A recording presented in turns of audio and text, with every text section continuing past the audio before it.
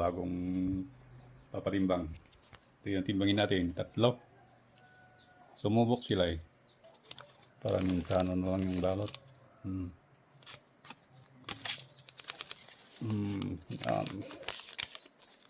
Saka natin isunod yung panghuli. Ito po, panghuli. Ano kaya matimbang nito eh? Gusto ko may isa.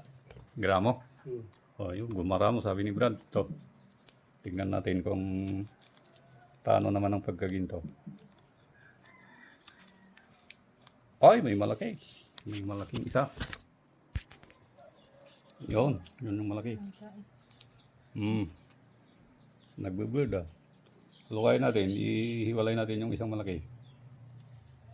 Makapal. Oh, medyo solid yung pagkaginto ng isa. Sige, timbagin na po natin.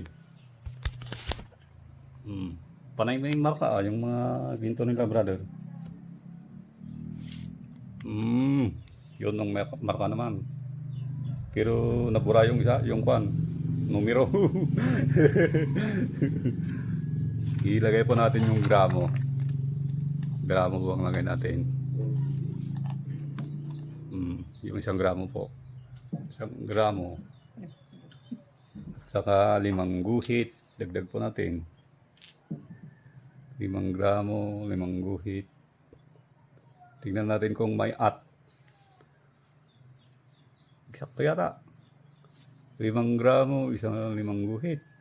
Ay, may higit na konti. Tama lang yung timbang, 1.5. May konting higit. Subukan ba natin ilagay ito, maliit. Kung anong mangyari. Mabigat na. Magdagdag na lang po tayo. Dito, 1.5 gram. Sige, ito po. 1, 2, 3, 4, 5, 6, 7, 8, 9, 10, 11,800. Yan po. Maraming salamat mga brother. Nagtsagang dumayo sa atin. Galing sa malayo. Yan. Tingnan nyo mga brad. Body brad. Shout out. Uray sa ulam pikal lang ko yan. Sige, salamat.